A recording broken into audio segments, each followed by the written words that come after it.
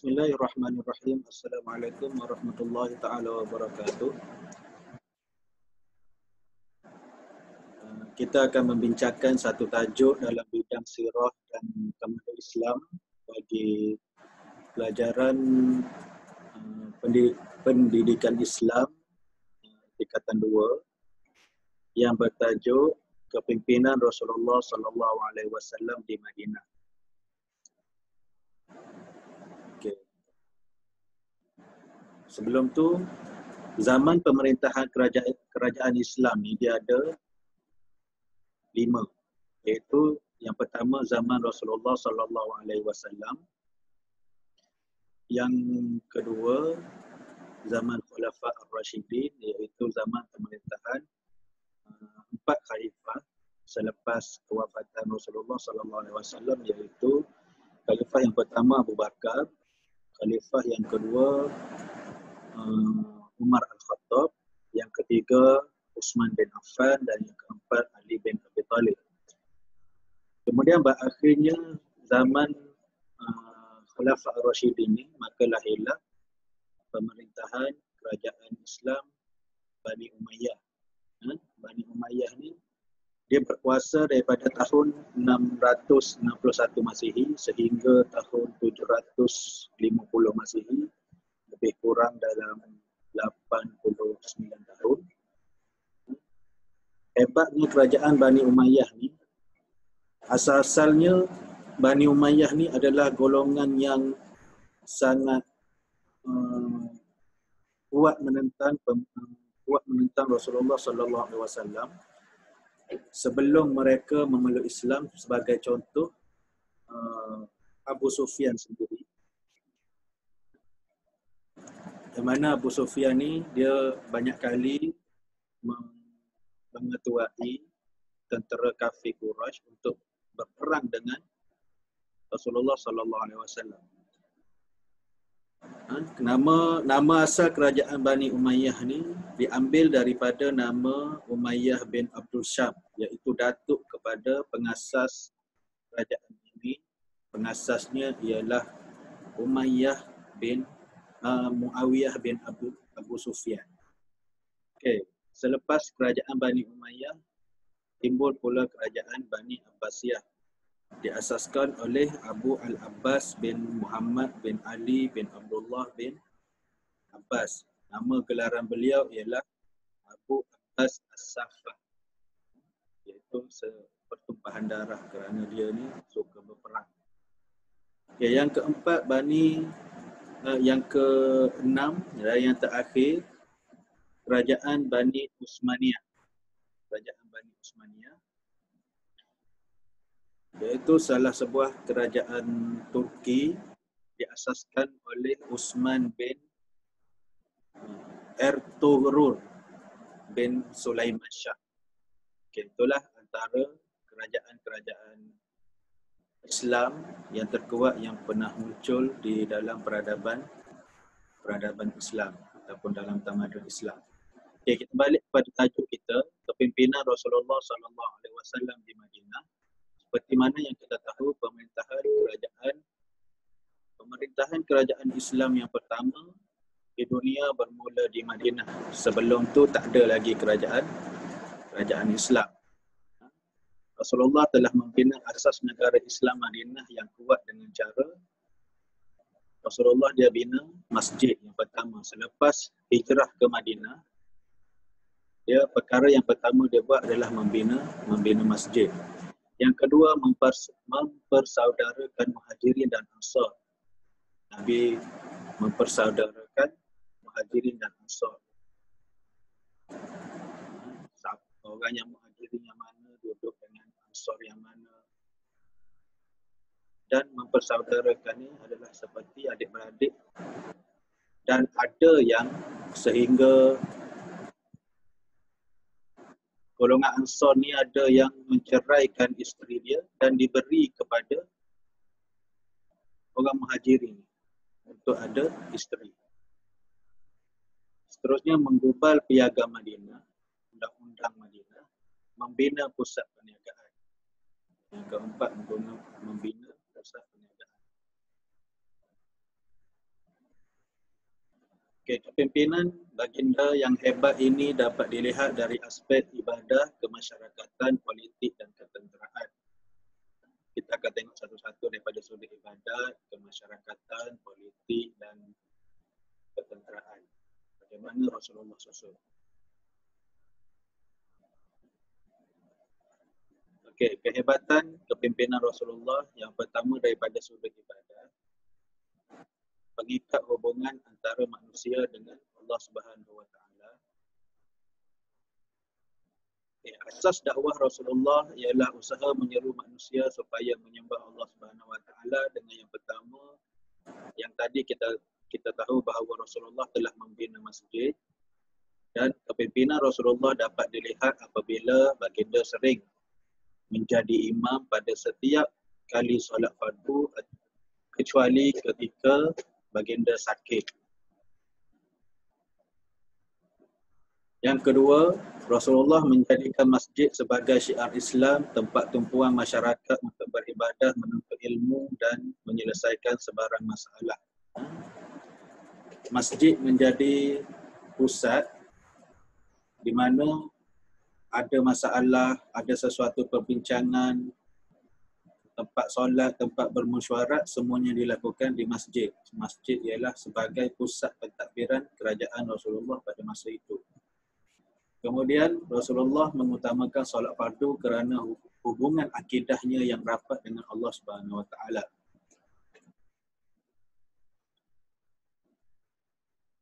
Rasulullah SAW istiqamah menunaikan solat sunat dan qiyamul lail di rumah sebagai tanda syukur kepada Allah. Kesempurnaan akidah dan ibadah Rasulullah adalah kerana kesempurnaan akhlak Rasulullah yang mengamalkan perintah Allah. Okey, itu daripada sudut ibadah. Yang kedua, dari sudut kemasyarakatan.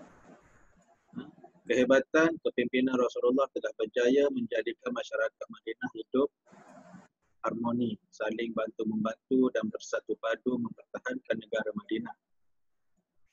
Kemudian tertubuhnya sebuah masyarakat Madinah yang baharu, iaitu gabungan daripada Ansar, Muhajirin dan Yahudi. Kejayaan yang dapat dilihat melalui usaha baginda antaranya ialah persaudaraan sesama Islam. Tengok Rasulullah mempersaudarakan Muhajirin dan Ansar dalam ikatan Islam. Setiap orang Ansar mengambil seorang Muhajirin sebagai saudaranya serta berjanji untuk membantu. Orang Ansar memberikan pelbagai bantuan seperti tempat tinggal dan harta.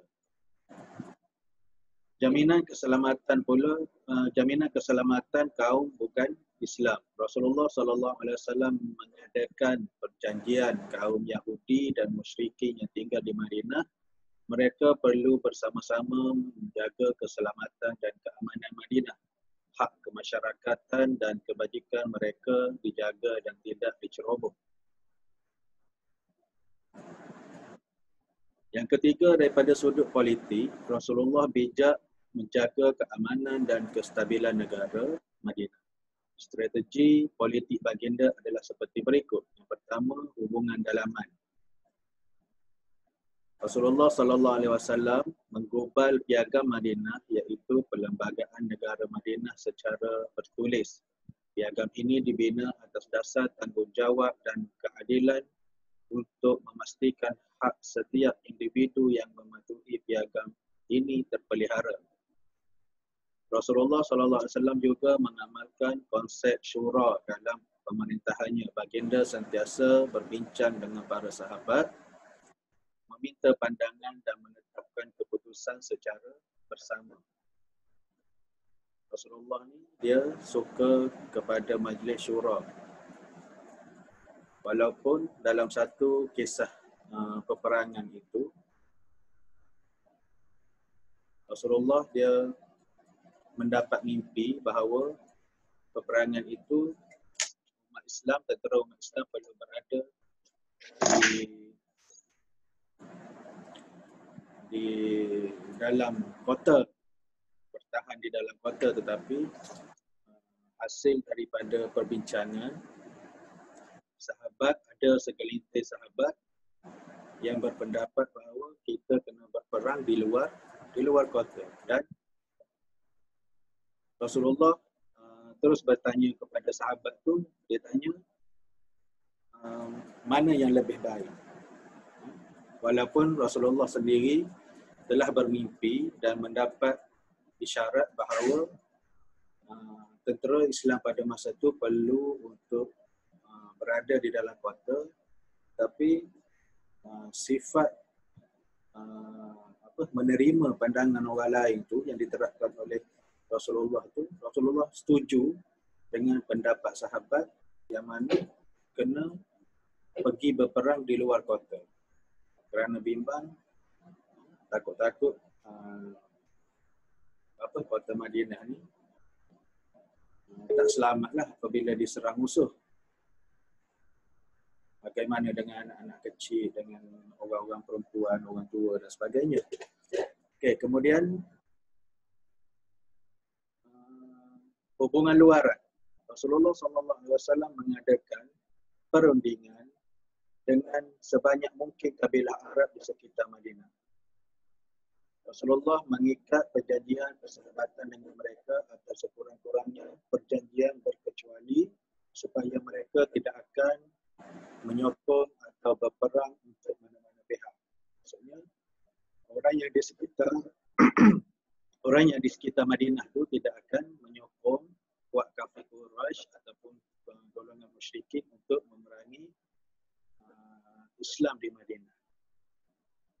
Rasulullah sangat patuh kepada syarat-syarat perjanjian tersebut dan Rasulullah memutuskan surat kepada kerajaan luar sekitar Madinah untuk mengajak mereka beriman kepada Allah Subhanahu Wa Taala.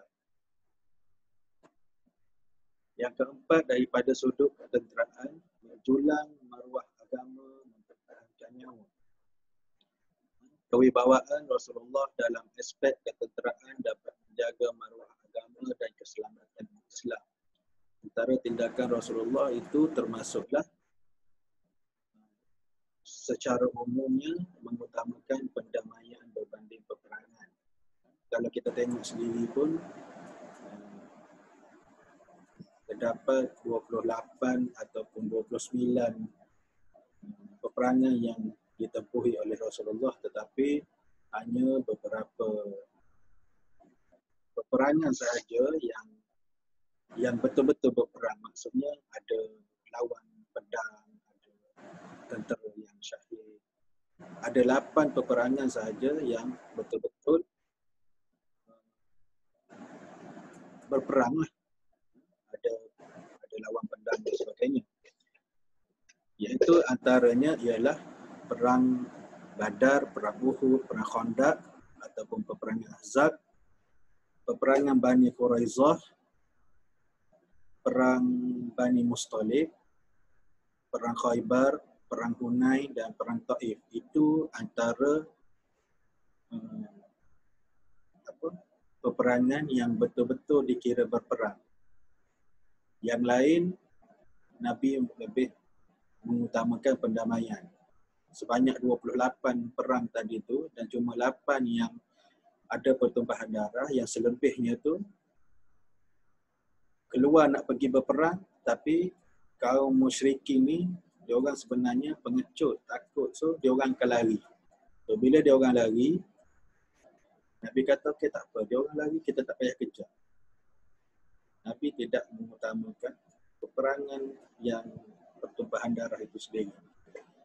Okey, yang kedua, menubuhkan pasukan perundangan untuk mendapatkan maklumat musuh. Nabi akan melantik mana-mana sahabat yang sesuai untuk menjadi perisik untuk pergi buat undercover untuk tahu strategi musuh dan balik semula bagi tahu pada Nabi supaya Nabi boleh membuat keputusan untuk merancang strategi perang baginda. Okay. Memperkuatkan umat Islam dengan ilmu dan kemahiran ketenteraan. Ada latihan. Dari sudut golongan berkuda, tentera berkuda, pemanah, orang yang mahir, lawan pedang, lawan tuan dengan musuh.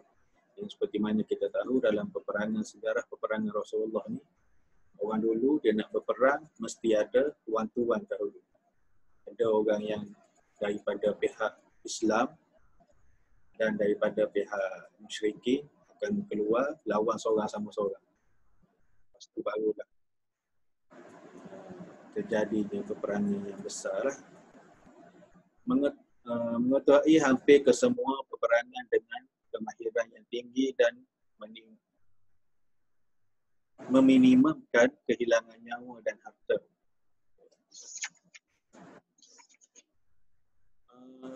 Nabi ni di dalam sejarah peperangan dia, kebanyakannya Rasulullah mengetuai sendiri peperangan yang dihadapi.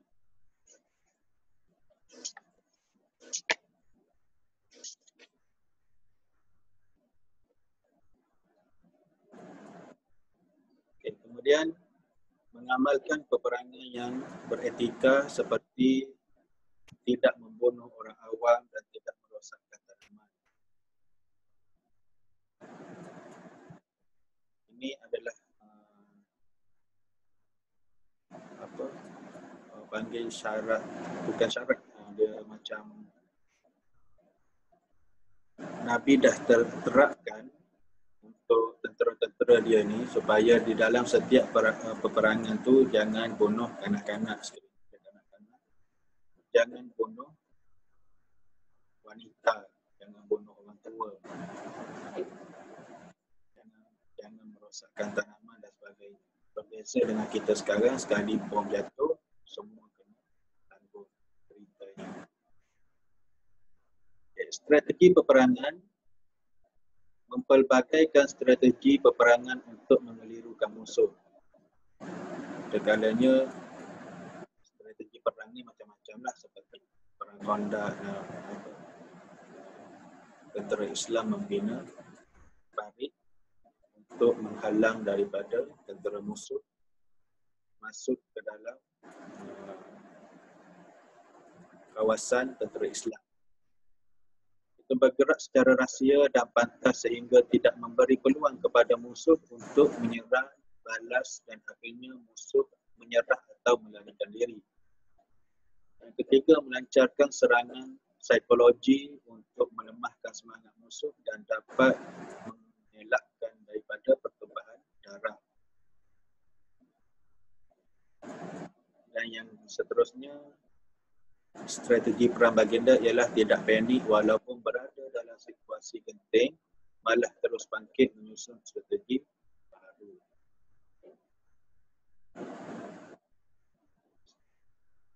Next, iktibar daripada kepimpinan Rasulullah SAW, iaitu daripada sudut ibadah, mengajak anggota keluarga dan rakan-rakan bersama-sama untuk membudayakan ibadah dalam kehidupan kerana ketaatan kepada Allah. Yang kedua, mengimarahkan masjid dengan menyertai aktiviti masjid seperti solat berjemaah dan majlis ilmu. Yang ini insya-Allah selepas PKP nanti sama-samalah kita mengimarahkan masjid dan majlis ilmu, insya-Allah. Kemasyarakatan menyertai dan menggerakkan aktiviti kemasyarakatan dan kesukarelawan seperti gotong royong dan kenduri kendara. Memelihara hubungan baik dan membantu sesama rakan tanpa mengira kaum dan agama. Melibatkan diri dalam aktiviti ekonomi setempat seperti koperasi sekolah dan keusahawanan kecil. Yang ketiga, daripada sudut politik, apa iktibar yang kita boleh ambil ialah berdisiplin dalam mematuhi peraturan yang ditetapkan selagi tidak bercanggah dengan syariat Islam. Dan sekarang tempoh PKP ni, kita kena disiplin lah. Kalau kata stay at home lah. Tak payah nak gantai pergi mana-mana. Okay. Menyumbangkan idea untuk pembangunan kelab atau persatuan yang disertai dan tidak bersubahat dengan perlakuan jahat yang boleh memudaratkan diri masyarakat, agama dan negara. Yang keempat, daripada sudut ketenteraan, yang pertama, menetapkan sifat cinta akan negara dan